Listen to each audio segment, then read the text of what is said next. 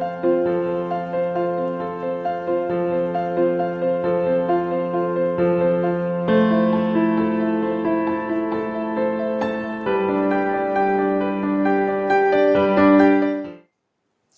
noite a todos, eu sou Viviane de Solidariedade, agradeço o convite da USE para que a gente faça nessa semana uma homenagem ao ilustre homem de bem, médico, político, empresário e, acima de tudo, precursor da doutrina espírita, Dr. Bezerra de Menezes.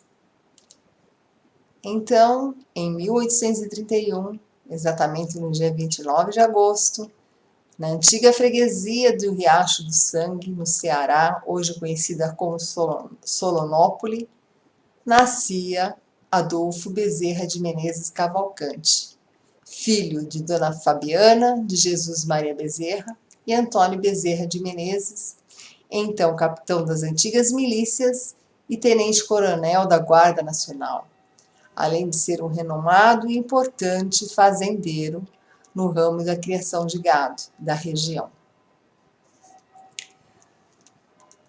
Em 1838, aos 7 anos, foi conduzido pela sua mãe, na Vila do Frade, o pequeno Bezerra, para ingressar na escola. Em 11 meses, ele já dava cabo de ler, escrever e fazer contas simples.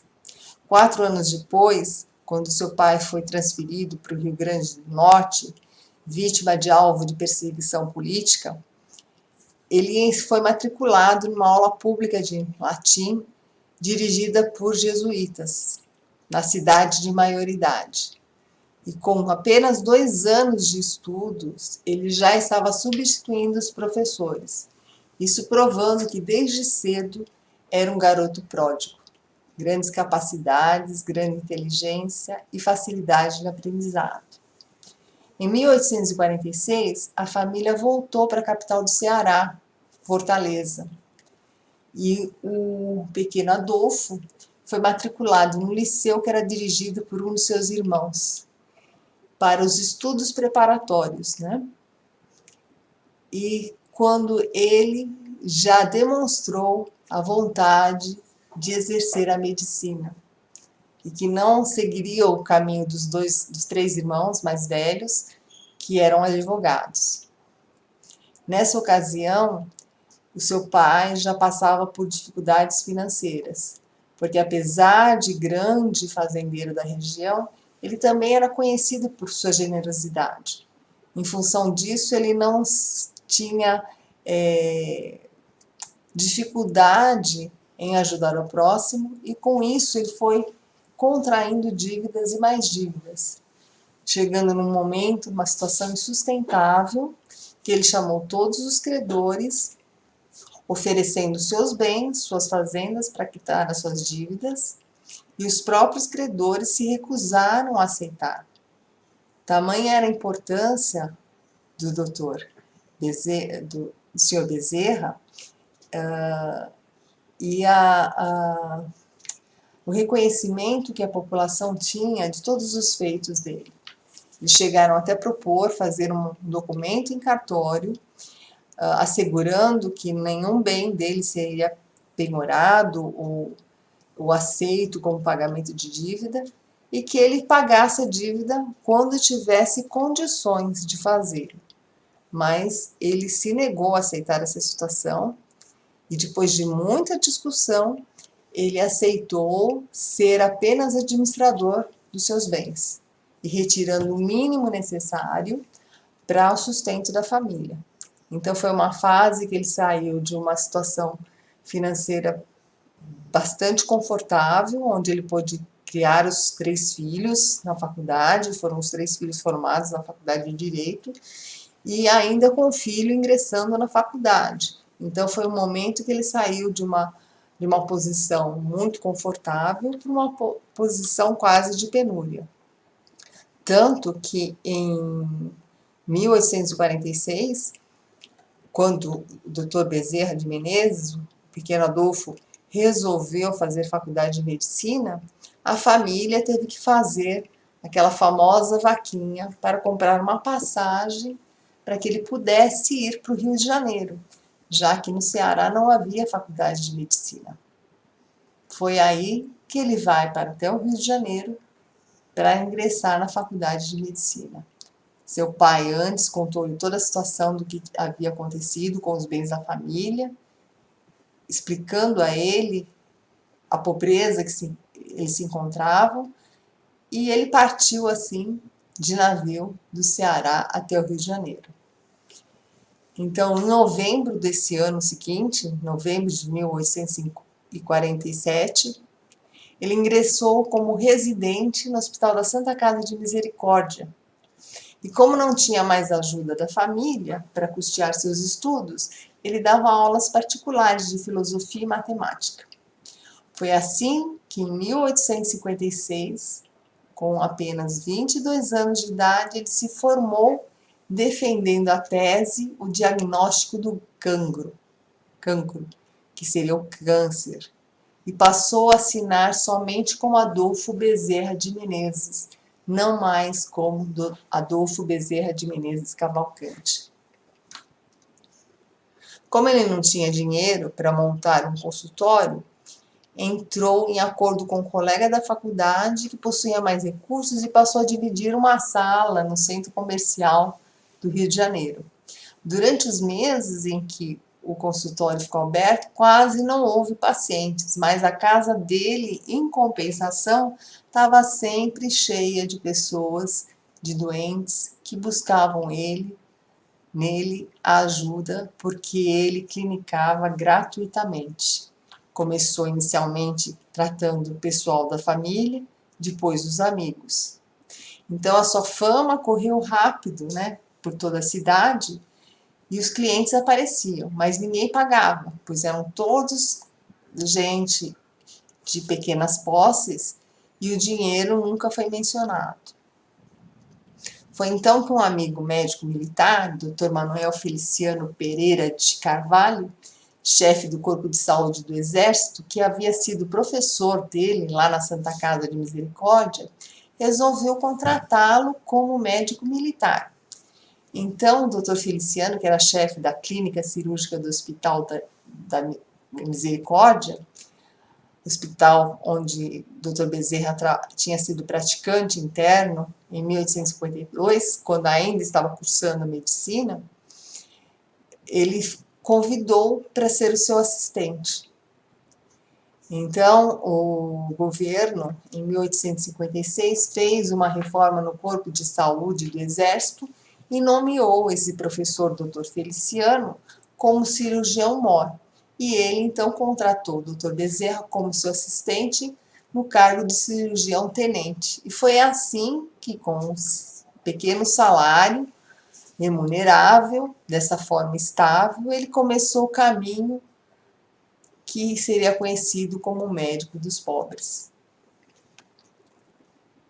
Em 6 de novembro deste ano, ele casou-se também com Maria Cândida de Lacerda, que faleceu por mal súbito 7 anos depois, em 24 de março de 1863, deixando 2 filhos, um com 3 e outro com 1 ano.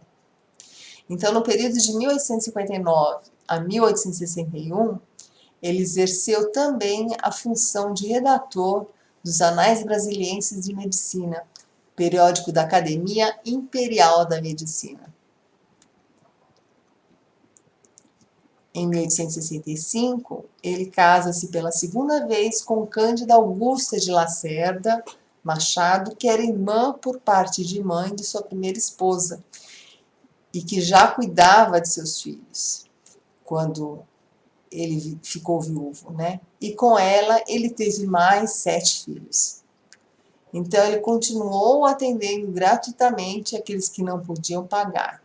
E a sua fama, por conta disso, continuava a se espalhar e seu consultório estava sempre cheio. Ficava lá no centro da cidade. E começou então a ficar cada vez mais movimentado e também dessa vez com os clientes que pagavam. Então, o que ele recebia dos honorários do consultório era praticamente todo gasto com medicamentos com seus pobres pacientes que não tinham como pagar seus remédios. Roupas ou até auxílio em dinheiro, né? Há relatos em sua biografia que ele chegou até doar o seu anel de formatura para pagar remédio para uma mãe para que custeasse os remédios dos seus filhos, que estavam doentes na ocasião. Então, como médico, ele tinha uma reputação irretocável e era tido no mais elevado conceito. Por isso, dizia ele, a postura que ele tinha como médico. O médico não tem o direito de terminar uma refeição, nem de perguntar se é longe ou perto, quando um aflito qualquer lhe bate à porta. O que não acode por estar com visitas, por ter trabalhado muito e achar-se fatigado, ou por ser alta hora da noite, mau o caminho ou o tempo, ficar longe ou no morro, o que sobretudo pede um carro a quem não tem, como que pagar a receita, ou diz a quem lhe chora a porta que procure outro. Esse não é médico, é negociante de medicina, que trabalha para recolher capital e juros dos gastos de formatura. Esse é um desgraçado que manda para o outro o anjo da caridade que lhe veio fazer uma visita e lhe trazia a única espórtula que podia saciar a sede de riqueza de seu espírito, a única que jamais se perderá nos vai-e-vens da vida. Veja como que era a postura desse médico brilhante. Antes de ser médico, ele era uma pessoa de bem e que tinha realmente a medicina como vocação. E encarava ela, vamos dizer, como um sacerdócio. E além disso, ele ainda deixa uma outra linda lição sobre a vida. A vida, sob qualquer aspecto considerado, é dádiva de Deus que ninguém pode perturbar. Todos os seres sencientes desenvolvem um programa na escala da evolução, demandando a plenitude, a perfeição que lhes é meta final. Preservar a vida em todas as suas expressões é dever inalienável que assume a consciência humana no próprio desenvolvimento da sua evolução. Quando alguém levanta a clava para interromper propositadamente o ciclo da vida, faz-se um novo Caim, jogando sobre si mesmo a condenação de consciência de culpa, experimentando no remorso, hoje ou mais tarde, a necessidade de depurar-se, reabilitando-se ao nadar nos rios das lágrimas. Lindo, né? O valor que Dr. Bezerra dava à vida e que, baseado nesse valor, nos princípios que ele teve de família, que aprendeu com seu pai, ele deu toda a sua vida em prol do próximo. Ele fez tudo o que era possível e impossível no seu alcance para ajudar aqueles mais necessitados. E nunca se negou a atender ninguém, independente das suas posses, sendo rico ou pobre, sendo que sempre enfatizou o trabalho incansável junto aos pobres. Essa foi uma figura que, infelizmente, com um pouco menos de 69 anos, aos 11 de abril de 1900, veio a falecer. Esse homem brilhante, que amanhã vocês vão saber um pouco mais da sua trajetória política e também da sua veia empreendedora, o nosso amigo Leone do Magdala. Então fiquem todos com Deus essa noite, esperamos vocês amanhã para um pouquinho mais de história desse grande homem que foi Dr. Bezerra de Menezes. Fiquem todos na paz do nosso Senhor Jesus Cristo e até amanhã.